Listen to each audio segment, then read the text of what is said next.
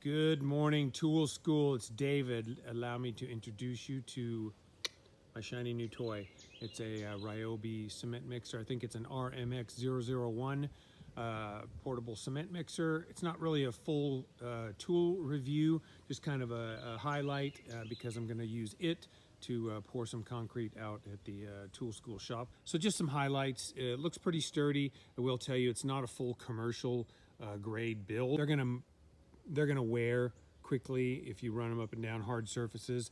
Another thing is, since it had to be assembled and it came in a box, there's a lot of things that aren't permanently mounted, and that's things like this handle.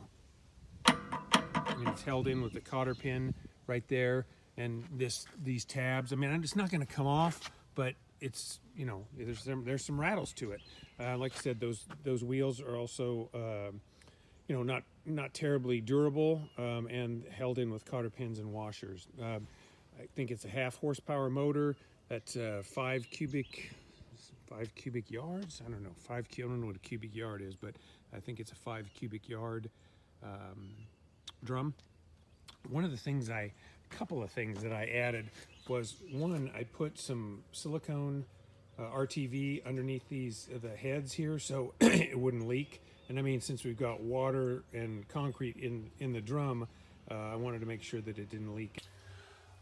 Also, I added some Loctite to the threads here on the bolt because there is no lock washer. So I guess you could add a lock washer if you wanted, but I went ahead and used Loctite. I think these mixing tines will have a tendency to vibrate loose because it rotates and it's mixing all that heavy concrete, and there's a lot of vibration. So I just think that adding Loctite or lock washers is a good idea. All right, well, I'm finished. Piers are poured, that side and that side. Just thought I'd give you a heads up on the Ryobi cement mixer. Dang, it works very, very well. I have only one complaint, and I'll show you. Sorry about the noise. Look at the drum. It's warped. After one use, it got warped. I'm going to turn it off so we can talk. I didn't overload it, so I didn't warp it due to weight. It just gave up. So I'm not real happy about that. I don't know if it affects the function, but it does. If the warpage goes further than just that rim, then it'll affect the mixing tines. But you know, I'm kind of disappointed about that. I will tell you also, although I didn't really use it, this thing does pivot. Not this thing, but this black piece pivots. You're supposed to be able to tighten this down to keep it from pivoting on it. But the thing worked. It made the job infinitely easier than if I was using a wheelbarrow and a shovel. One thing, this is new to me. I've never poured concrete before.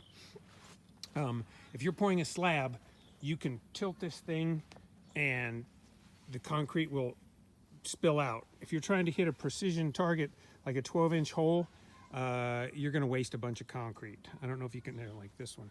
So you have a choice to make. If you're gonna use the pour out and pour into that form, you're going to get a lot of slop over. So if you can accept that you're going to waste concrete, do that. It's quicker. You cannot get everything out unless you spin the drum.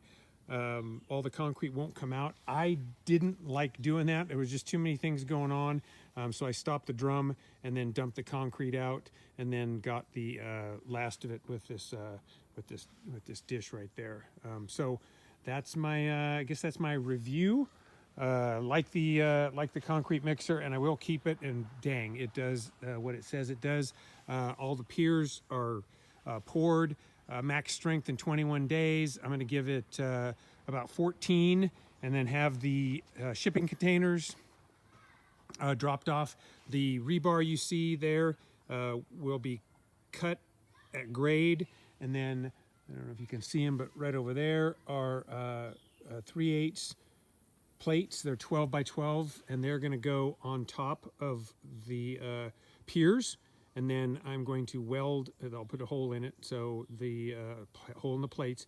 They'll slide over that. I'll cut the rebar and then weld the rebar to the plates on top, and then I'll weld the shipping container to the plates. So that's going to be my anchor, and that will hold everything down when the tornado comes. Or it'll just pull the whole damn thing out when the tornado comes. But that's my plan anyway. So as soon as the shipping containers get here, I will give you a video update and let you know what's going on. Signing off for now. It's David from ToolSkool.